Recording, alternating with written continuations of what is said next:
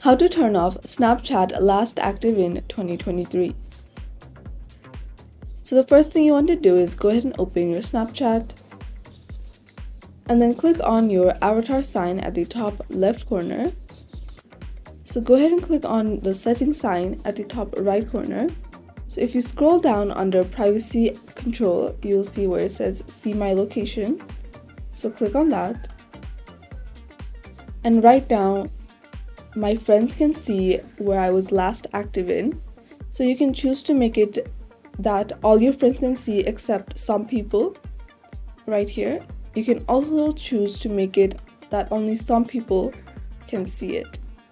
And to turn it off completely where no one will see your last active in Snapchat, go ahead and turn this ghost mode on.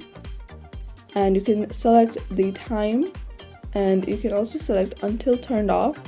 So no one will be able to see your last active until you turn this ghost mode off. And that's it. That is how to turn off Snapchat last active in 2023.